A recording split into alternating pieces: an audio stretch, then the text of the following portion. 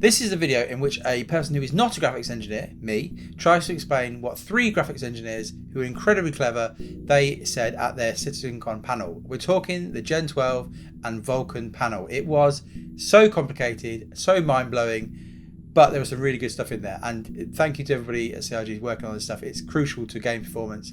And here is my attempt to condense down that panel into like an easy mode version. I've watched it 7 times. There's definitely going to be things I've not understood properly, but here is my attempt. And stick around for the end, because at the end I'm going to talk about how this impacts us going forward, because I think what they've talked about has big impacts on things like Theatres of War and also Squadron 42. So let's get into it. Okay, let's give this a go. First up, we've got Ali Brown talking about why we need a new renderer in the first place. Why do we need the Gen12 renderer? And the short answer of all that is the new renderer is simpler, streamlined, easier to optimize, and easier to multi-thread, to run on multiple CPU cores in parallel, which is absolutely key. He then goes on to talk about multi-threading in general. He uses this analogy of a house and explains that some things are hard to run in parallel and some things are impossible. So the idea is that you end up with these bubbles where the CPU is waiting. And the idea is that they want to reduce those bubbles as much as possible, and that actually our understanding of GPU and CPU performance is probably a bit limited, and they're going to give us some new stats coming up with this Gen12 renderer that should give us a bit more insight into what's actually going on and what's happening with our hardware. So next up we have Christopher Balti to talk us through the architecture. He explains that scene object rendering objects, has the largest impact on runtime performance. We currently have a main thread and a render thread.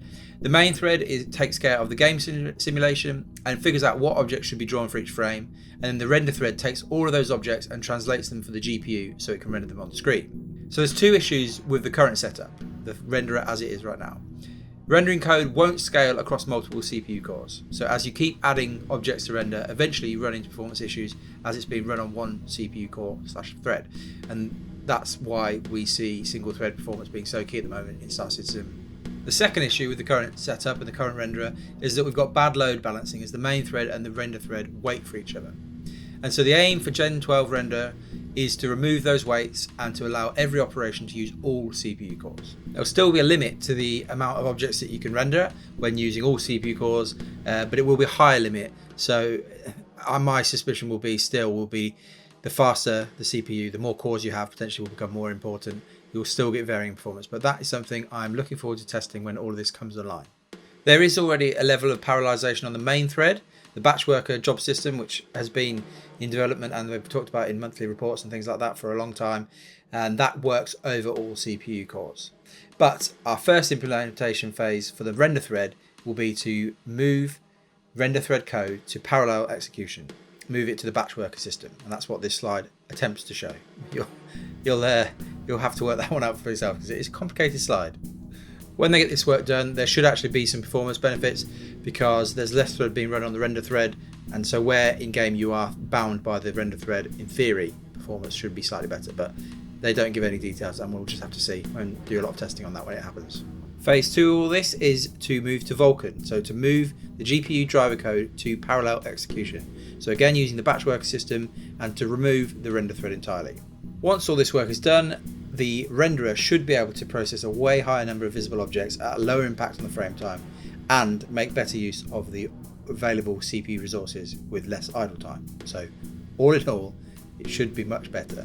Next up we have Daryl Barnes, who talks us through the Vulkan API. Now this gets very technical, and so I'm just going to draw out a couple of bits, but firstly the main thing to say is that Vulkan is a modern graphics API which allows the devs to take greater control. We've talked about that before, but it allows them, the crucial bit here, allows them to submit work in parallel to the GPU. So all about parallelization, all of this really. He talks about the fact that 98% of people who they've kind of checked their hardware, who play the game, will be able to use Vulkan fully, and for everybody else, make sure your drivers are up to date.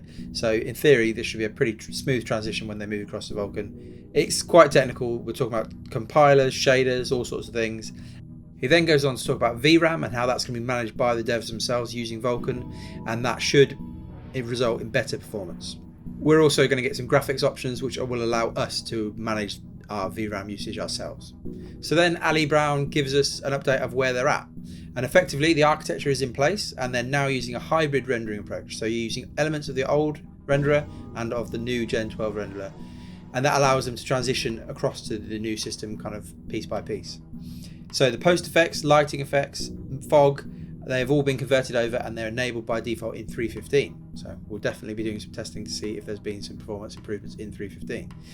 So the fundamentals of scene and geometry rendering are all in place, but they're still being worked on, and their main focus at the moment is finishing off that. Once that's done, they'll move on to the major remaining system, which are gas clouds, render to texture, and a few special cases, they said, for transparency. So then Ali talks about the milestones, the big things they're trying to hit. So the first one will be 100% use of the Gen12 renderer, so not using any of their old renderer, so not the hybrid approach that we've got at the moment in 3.15, 100% of the Gen12 renderer alongside the graphics API DX11, which is what the game currently uses. The second milestone then will be to use all of the Gen12 renderer alongside Vulkan, the new API that they're going to use. And so that will be an optional thing at first, where Vulkan will be there as well as DX11. But once they remove all the bugs from Vulkan, DX11 will be removed. And then the third milestone then will be to multi-core optimize the heck out of their system. So up until this point, until they've got Vulkan and the Gen12 renderer fully in, they can't really do much optimization. But once both of those things are in, then they can optimize, and hopefully this is when we'll see major performance improvements. Although potentially just as they finish these milestones, the first and second milestone, hopefully we'll see performance improvements in general. But then with milestone 3, the optimization of multi-core, hopefully then we'll all be living in a dreamland of 120 FPS upwards. I doubt that somehow, but you never know. And then next they look at their future work. So they've been working basically on fixing the CPU performance problems that we have.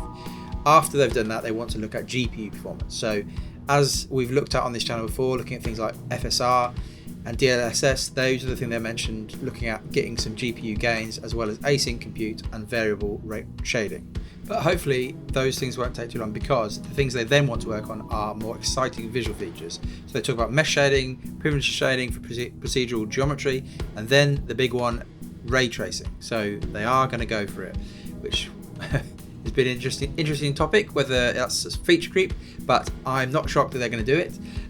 But yes, they're talking about lighting, obviously, global illumination, reflection, shadow quality, all the sorts of stuff that comes with ray tracing. So what to make of all this? Well, first of all, let's just say this is an occasion when you watch this, you realise there are people who are so much cleverer than you out there in the world. It's quite depressing. But thank you to all of you guys. Thank you to the guys in the panel, and thank you to everybody behind the scenes working on this stuff, because as I said at the start, this is absolutely critical, and without this stuff the dream of Star Citizen just is never going to come together. So it's obviously been a huge undertaking. You can see when they're talking about it, the amount of work, the amount of time they've been talking about this for a while now. It's been a huge job, but the good news is, in summary, that they're actually getting there. So to have some of this coming on board in 3.15, some of the architecture is there, and some of their things that they've moved across to the new Gen12 renderer, that is really good news. And I'm very excited to go away after finishing off this video and start doing some testing and see, is there any performance impact from that? There might not be, but there is some stuff in here, and in theory there's less code running on the old kind of render thread. So hopefully we'll see. We'll get into that. The next thing to say is that it has an impact, I think, all of this stuff on the future of the project and where it's going. Let's talk about Squadron 42 first, because although nobody mentions it at CitizenCon, clearly Squadron 42 is completely affected by all of the stuff that this team is working on as well. So when we're talking about CPU performance, again, we need that for Squadron 42. Everything they're talking about here, there's no chance that Squadron 42 is going to come out without the full working of Vulkan in. Vulkan, the Gen12 renderer, it has to be fully in before Squadron 42 can release. The obvious other thing they talked about then is in their future technology. So we know Squadron 42, again, I'm pretty convinced will have to release with things like DLSS and FSR, but also they're going for ray tracing. So it's pretty obvious to say that they're going to wait until that's all implemented before they put Squadron 42 out the door. So that's interesting, and it gives you a hint to the timeline of Squadron 42. It's not like Squadron 42 is going to be out within the next 6 months. We already knew that, but we're waiting a while still. I think we're still talking at least a couple of years, maybe 3, 4, 5. Who knows? You could put a 5 years on everything, but that's that thing. The potentially better news with things that might come out is that Theatres of War, I think, has been clearly blocked by this exact thing, the render thread issues that they've been talking about. Theatres of War is a small multiplayer map, not a small one, but relatively small compared to the whole of the standard system. And so it shouldn't be server issues that are causing the performance on the client side. But the issue has been the render thread. And if they've solved these issues with the render thread, if they're going to bring us a big performance boost when all this is in, when Vulkan is in, when everything is fully implemented, you would say that you think at that point Theatres of War should be ready to go.